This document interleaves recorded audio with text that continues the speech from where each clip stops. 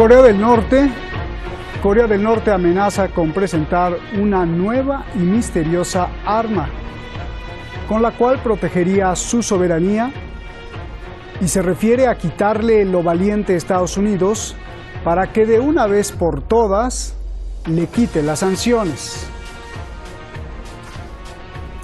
¿Cuál será esa arma? ¿Cómo obligaría a Donald Trump a negociar? ¿Está jugando el líder supremo norcoreano? ¿Jugaría con su pueblo? No juegues con mi paciencia, le dijo hace unas horas a Estados Unidos, Kim Jong-un y Donald Trump. Soy Roberto de la Madrid y esto es Detrás de la Razón. The U.S. has applied the most brutal and inhuman sanctions against the DPRK and posed persistent nuclear threat for over 7 decades by labeling it as the enemy, part of axis of evil, and a target of preemptive nuclear strike. Estados Unidos no quiere quitar las sanciones sin antes ver la desnuclearización. Corea del Norte no quiere desnuclearizarse sin antes ver que Estados Unidos rebaja las sanciones. Las cumbres han sido en vano.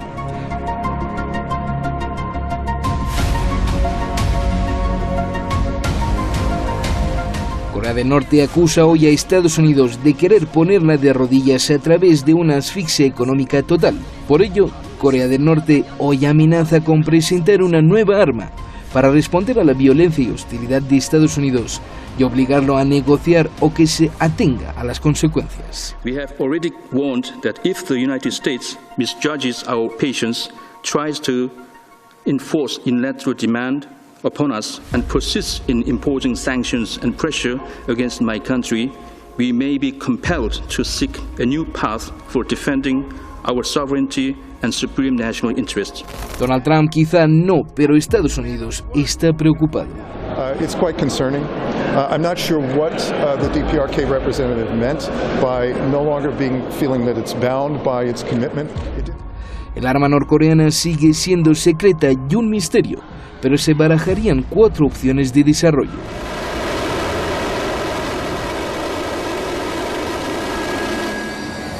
1. Un misil balístico intercontinental, mucho más preciso y hipersónico de tal forma que Estados Unidos no lo puede interceptar. 2.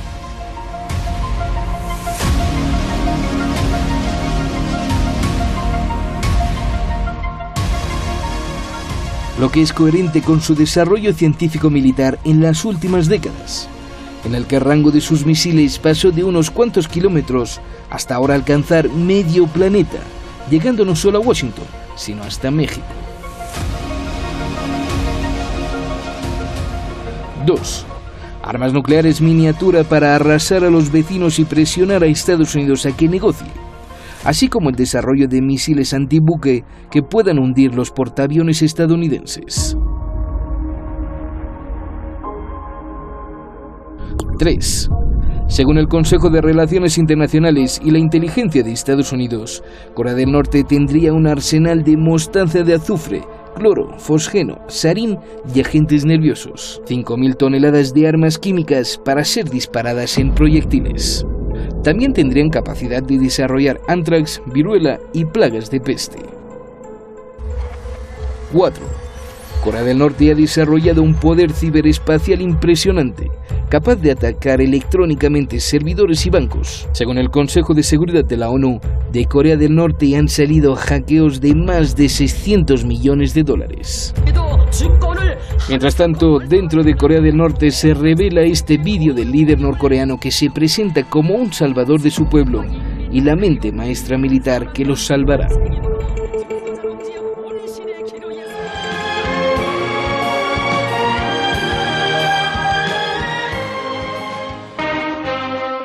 Esta escena es de un valor incalculable. En Corea del Norte se cree que cuando cabalga sobre el sagrado y místico monte Paektu vienen tiempos muy importantes.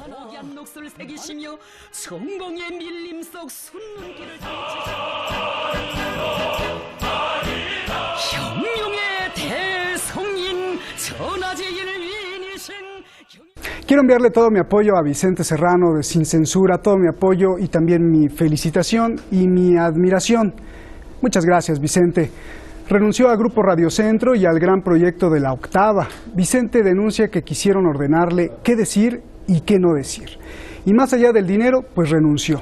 Necesitamos de esa gente en el mundo, querido Vicente, no corrupta, con valores reales y que se niegue a mentir. Muchas gracias. Vamos directamente con nuestros invitados, ya los tenemos ahí en el video wall. Maestro Juan Francisco Coloane, analista internacional allá en Chile, muchísimas gracias. Y Luis Torres, usted lo conoce muy bien, politólogo en Madrid. Muchísimas gracias. Luis, comienzo contigo. Viendo la historia de su desarrollo militar y nuclear, es impresionante el avance que han tenido en todo este tiempo, en las últimas décadas, misiles de todo tipo, armas de todo tipo. La primera pregunta, Luis, y primero que nada, y en lo que toda la gente del mundo le urge saber, esto de una nueva arma, del arma secreta que dice Corea del Norte, ¿es puro bluff, es pura payasada o es que sí tienen algo en serio? Y si es así, ¿qué podría ser? Por favor, Luis. Muy buenas, Roberto. Un placer estar aquí, como siempre. Respondiendo a tu pregunta, viendo la trayectoria y los esfuerzos que ha destinado Corea del Norte al programa de misiles balísticos y concretamente a los misiles balísticos intercontinentales, de todas las hipótesis que se pueden barajar, muy probablemente la más plausible sea que esa nueva arma tenga que ver con el programa de misiles balísticos. Hace muy poco tiempo y como se ha indicado, Corea del Norte no disponía de un programa de misiles muy avanzado y en muy pocos años ha avanzado muchísimo. Por ejemplo, hace 1 o 2 años los propios mandatarios de Washington cuestionaban que Corea del Norte tuviera realmente capacidad para lanzar un arma nuclear, ya que para disponer de forma efectiva de un misil nuclear se necesitan 2 cosas. Primero, una tecnología de misiles y luego la capacidad para refinar el uranio. Y además de esto, que estas 2 cosas puedan sumarse sin que en la trayectoria del misil la cabeza nuclear estalle en la propia trayectoria por la presión y el calor. Esto es una tecnología mucho más complicada de lo que parece y hasta ahora se cuestionaba que Corea del Norte la tuviera. Con los esfuerzos que han dedicado al programa de misiles, cada vez es más probable, o digámoslo de otra manera, cada vez menos gente cuestiona que Corea del Norte tenga a su disposición armas nucleares que puedan ser usadas de forma efectiva. Respecto a la nueva arma, pues como se apuntaba al inicio del programa, en el primer punto de los 4 señalados, yo creo que muy probablemente esté por revelarse la capacidad efectiva de Corea del Norte de lanzar un misil balístico intercontinental con capacidad para sortear las defensas estadounidenses. Bien. Juan Francisco, sobre la misma línea, la misma pregunta, y te pregunto, ¿cómo una arma podría hacer retroceder la hostilidad de Estados Unidos? ¿O los estrategas del líder supremo de Corea del Norte se están equivocando? No, lo que dice el colega Luis es cierto. Ha habido un avance y un progreso evidente en la cohetería de Corea del Norte, que era inevitable, porque cuando empujas el argumento a una situación ya estratégica de poner en práctica, de poner en marcha tus objetivos, en el caso de Corea un objetivo de defensa, de protección, y en el caso de Estados Unidos un objetivo de desestabilización y de ataque. Aquí se trata de un juego estratégico. Entonces, el misterio no es tal, es decir, hay una teoría que dice de que la estrategia, fundamentalmente la guerra, es lo que domina la estrategia. La estrategia es la decepción, no hacer aparecer a tu enemigo que estás muy cerca para atacarlo, sino que estás muy lejos. Y al revés, cuando estás cerca, aparentar que estás lejos. Y cuando estás lejos, es porque efectivamente estás cerca. Siempre eso se llama la teoría de la decepción. Y es viceversa, lo aplica Estados Unidos, lo aplica Corea. Ellos se han ido acercando a una discusión estratégica en todo esto, yo diría, en el último año. Hubo un pronunciamiento de una posibilidad de truce, de paz o de suspensión de la hostilidad, tanto por Corea del Sur, Japón y Estados Unidos, probablemente tal también. Sin embargo, eso ya se disipó, se desapareció fundamentalmente por el ataque de Estados Unidos a Irán. Ya Estados Unidos se hace una potencia estratégicamente desconfiable. Es decir, Corea tiene que de alguna manera en su estrategia contemplar la imprevisibilidad de Estados Unidos. Antes era al revés. Estados Unidos pensaba que Corea del Norte era imprevisible. Ahora Estados Unidos sabe estratégicamente que Corea es racional y es previsible. Hoy día se da vuelta eso. Bien. No sabemos cuál es el grado de racionalidad, cuál es el grado de imprevisibilidad que hay en Estados Unidos respecto a su sentido estratégico para, ¿no es cierto?, el objetivo, que es derribar el régimen, derribar el gobierno. Bien, que ahora eso vamos estaba para eso. alejado hace un año, pero ahora parece que pudiera estar más cerca, dado lo que hizo con Irán. Bien. Que ese es un indicador. Bien, Luis, qué bueno que mencionaste eso, Francisco, por lo de Irán. Es muy importante entender eso a nivel geoestratégico. Luis, el grado de avance científico, ya para salir de esta tipo de preguntas, el grado de avance científico que Corea del Norte, ya no hablemos de misiles ni armas nucleares como tú estabas hablando, sino de la capacidad de producir virus, toxinas o incluso ciberataques a otros países, ¿es posible, tal como dice un informe del propio Consejo de Seguridad de la ONU?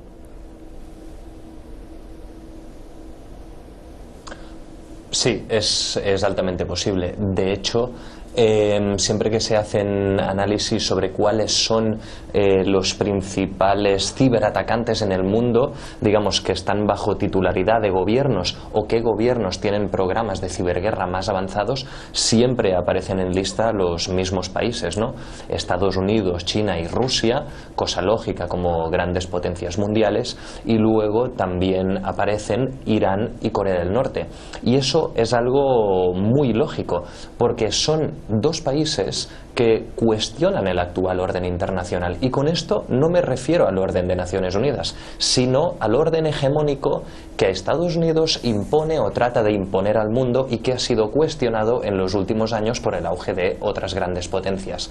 Entonces, el régimen de Teherán y el régimen de Pyongyang, en tanto que cuestionadores del orden estadounidense, son estados díscolos con Estados Unidos. Y, como hemos visto, ambos estados comparten una serie de cosas: el desarrollo de un amplio programa de misiles balísticos, el desarrollo de sus capacidades nucleares y el desarrollo de un amplio programa de ciberguerra. ¿Por qué? ¿Porque tienen intención de agredir al mundo? No. Su intención es defenderse ante unos Estados Unidos que actúan mediante una política exterior imperialista. Y diremos más, es que estos estados están actuando de una forma completamente lógica y completamente racional, porque solo hay que observar los precedentes históricos inmediatos. ¿Qué ha pasado con Siria? ¿Qué ha pasado con Irak? ¿Qué ha pasado con Libia?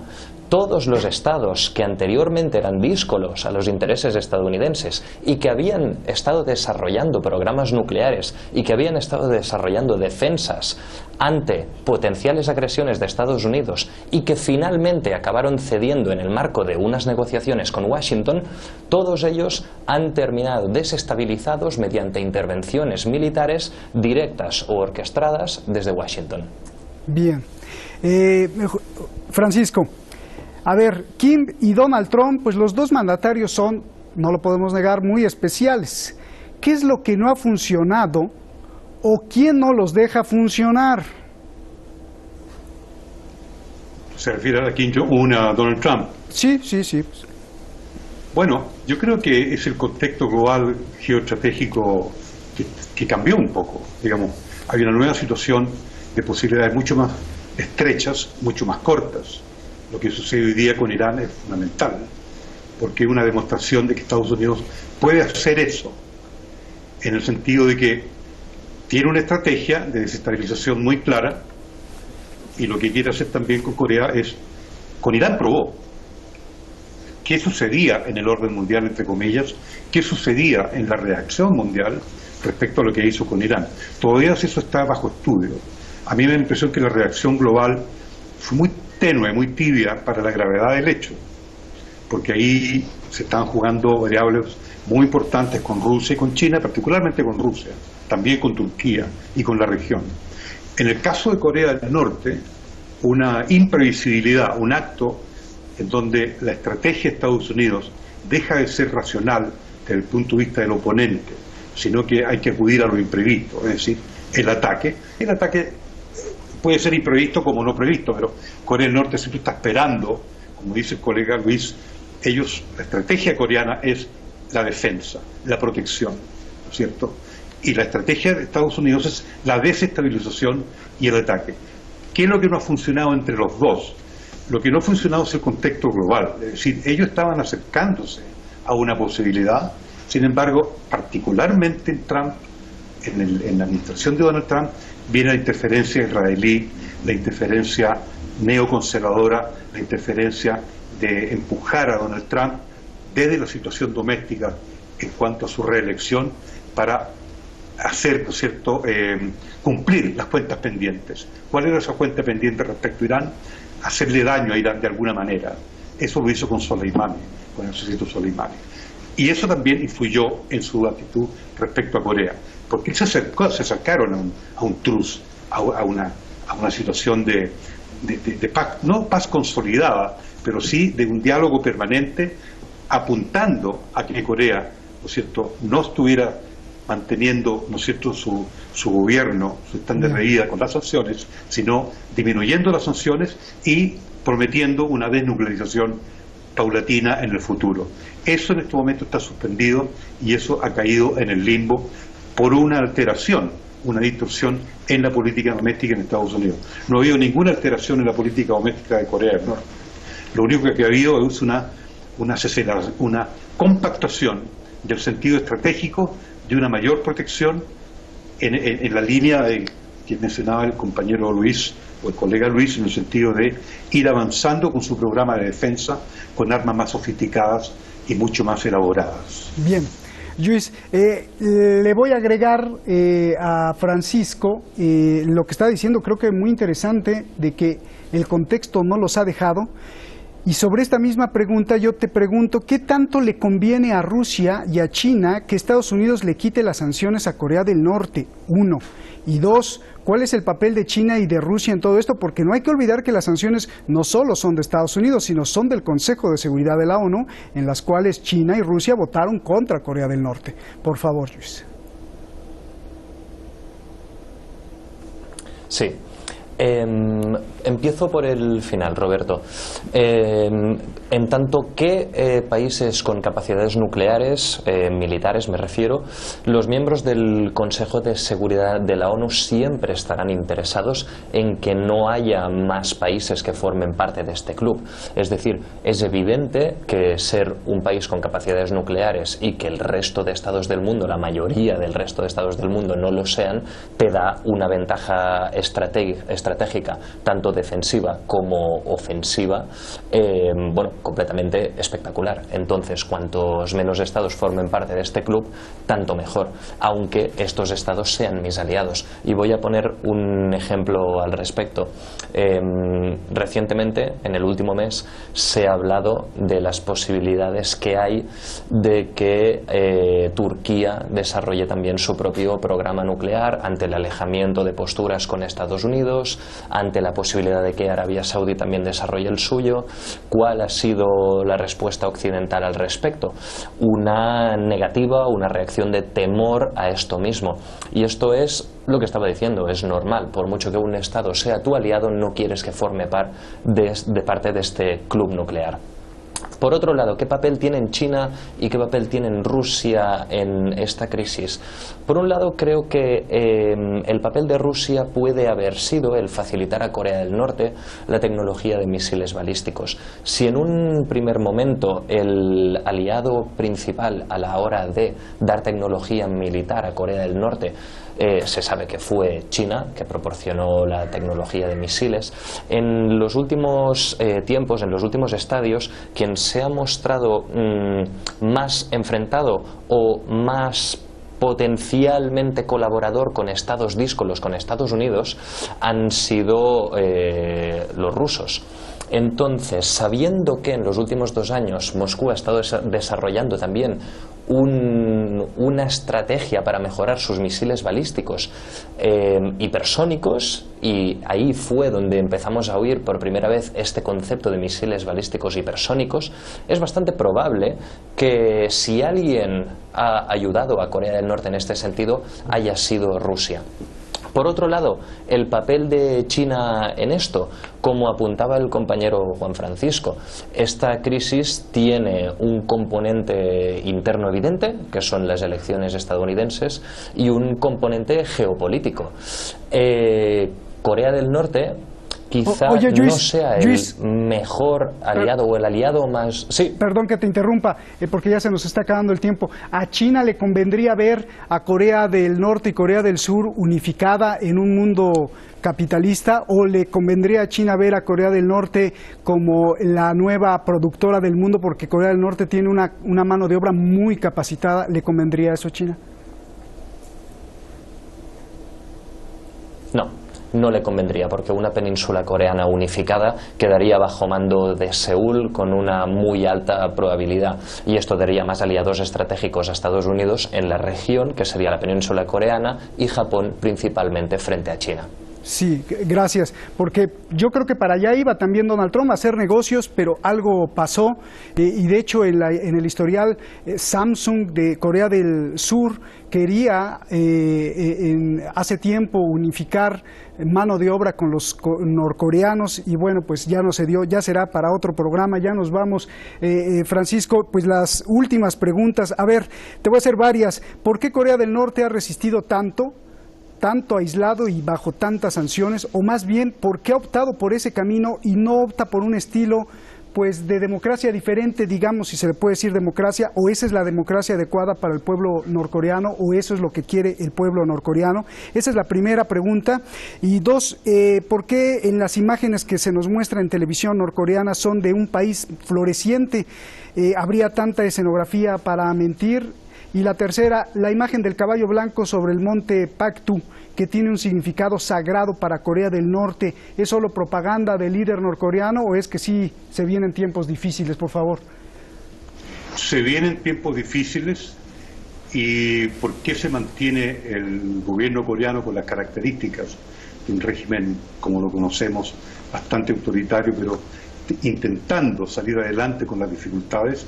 Es por el carácter de la guerra. La guerra fue brutal, está en guerra, hay una mentalidad de guerra, una mentalidad militarizada, porque Estados Unidos ha estado siempre al acecho, Japón y Corea del Sur también. Y la pregunta del medio, si es cosmético. No es cosmético, ahí hay mucho apoyo de China, de Rusia. Corea tiene otro tipo de relaciones con los países asiáticos. Y para redondear esa pregunta, que es clave, es decir, ¿por qué Corea se mantiene? Se mantiene por la guerra, porque esa guerra fue brutal, porque no nos olvidemos que Corea del Norte es socialista antes que China, y Corea del Norte es la que ayuda, ¿no es cierto?, a las fuerzas de Mao en el 49 a conquistar Pekín. Entonces ahí hay una lealtad muy fuerte, y Corea se ha mantenido también por esa lealtad incólume de China hacia Corea del Norte. Pues te agradezco mucho. Sí, no pregunté de México. Lo que había preguntado, Francisco, es por qué las imágenes que nos muestra la televisión norcoreana son de un país pues muy floreciente. No, yo creo que puede que haya una exageración, pero en Corea del Norte no se están muriendo de hambre. Hay una oficina de Naciones Unidas que tiene que reportar permanentemente, y nunca ha habido una llamada de alerta de que en estos momentos hay una emergencia alimentaria en Corea. Naciones Unidas no ha dicho absolutamente nada respecto a eso. Gracias Francisco. Luis, abrazos, siempre muy agradecido.